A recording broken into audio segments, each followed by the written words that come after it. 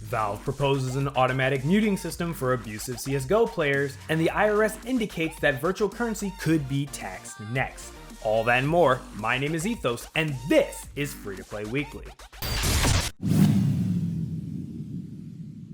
First off in the news this week, once again, the Epic Game Store is offering players 2 new free games in its weekly rotation. However, both games might not be of interest to the same parties. The first title is Warhorse Studios' open-world RPG Kingdom Come Deliverance. Normally priced at $30, the game throws players into the story of a medieval civil war where their village is invaded and their family is killed.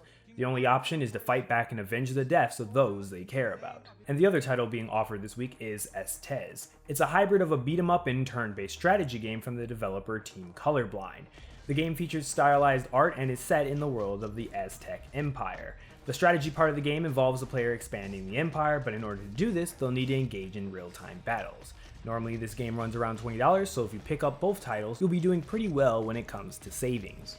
During last week's Warframe dev stream, Digital Extremes took a moment to announce the date of its next TennoCon event. On July 11th, players will once again come together and celebrate all things Warframe, while of course getting their hands on some goodies and doing a little partying in the process. The announcement headlined the stream, which was otherwise focused on sound design going into the game's next update. Unfortunately, no other information was offered about the event, and players are going to have to wait a little bit longer to hear about it.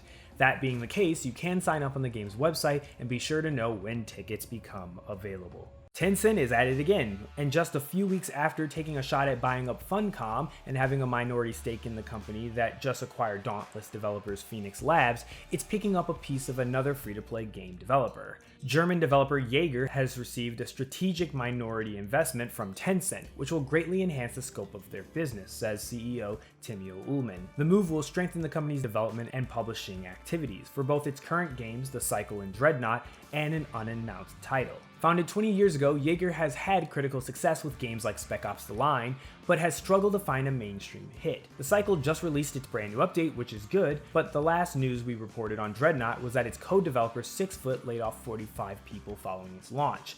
Now, if Tencent can help keep them up and running and even developing brand new projects, it's probably a good thing.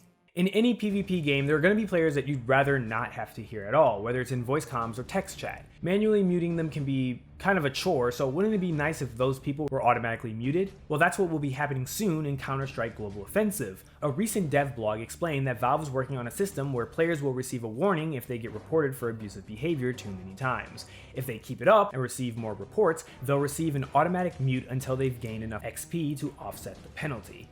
The possibilities for abuse are obvious, like getting all your friends to report an innocent player so he gets muted without having done anything, but Valve is at least aware of this possibility. Reports will be weighed higher for players who report less frequently, so your clan might get away with it once or twice, but at least they won't be able to mass mute an entire server every day. And finally, if there's only 2 things that are certain, it's death and taxes. CNN reports that the IRS issued guidance all the way back in 2014 that virtual currency would be treated like property for tax services. In other words, if you bought something with V-Bucks or a currency of any of your favorite games, that business transaction could be subject to taxation.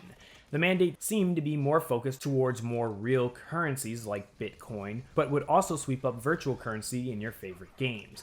Except now that language has seemingly disappeared. According to CNN, the IRS on Wednesday scrubbed all mentions of the in-game currency from the website, following questioning from a news outlet that the IRS chief counsel, Michael Desmond, told reporters at a Washington conference that including video game currencies had been a mistake. So don't worry, your buying virtual property in ArcheAge or The Lord of the Rings Online isn't going to be taxed the same as you would be if you were buying real property.